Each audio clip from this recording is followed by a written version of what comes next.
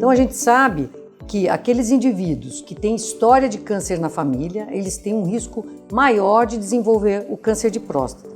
O importante é que esse risco não está relacionado só à presença de câncer de próstata nos homens, nas famílias, que muitas vezes as pessoas acreditam que é assim. Você tem alguma história de câncer na família? Fala assim, não, na próstata não tem nenhum, só eu.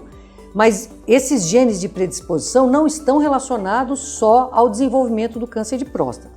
É muito importante que você saiba a sua história familiar de câncer.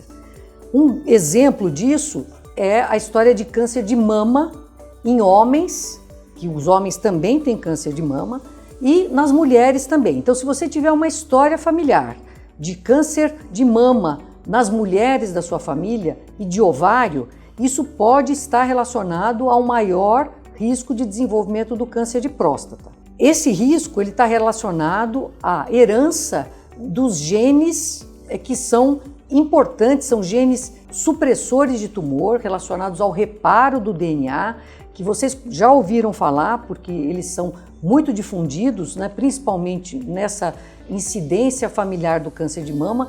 Os principais são o BRCA1 e o BRCA2. No câncer de próstata, o que está mais relacionado é a mutação do BRCA2.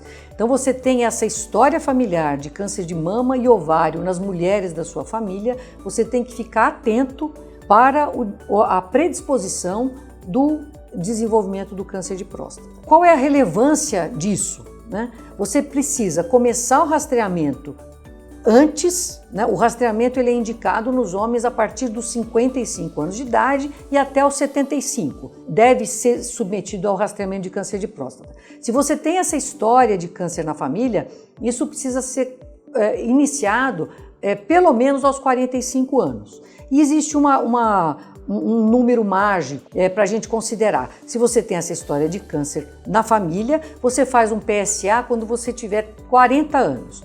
Se esse PSA for maior do que 1, você tem uma chance maior de ter câncer de próstata. Se esse PSA for menor do que 1, essa chance diminui.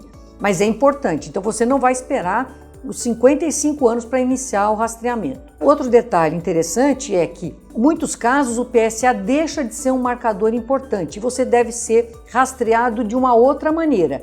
E essa maneira, em geral, é a ressonância magnética. Então, veja que importância que tem você saber essa história sua familiar.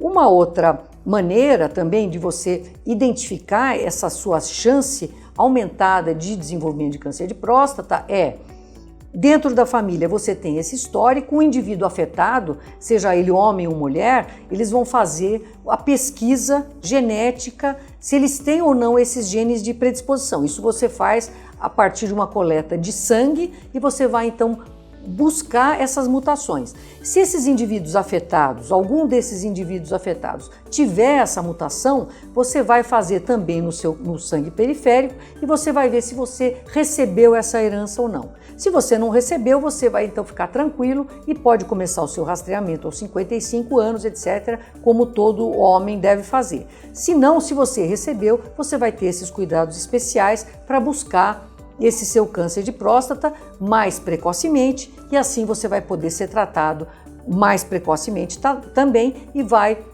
ter uma vida aí longa, né, longeva e com saúde.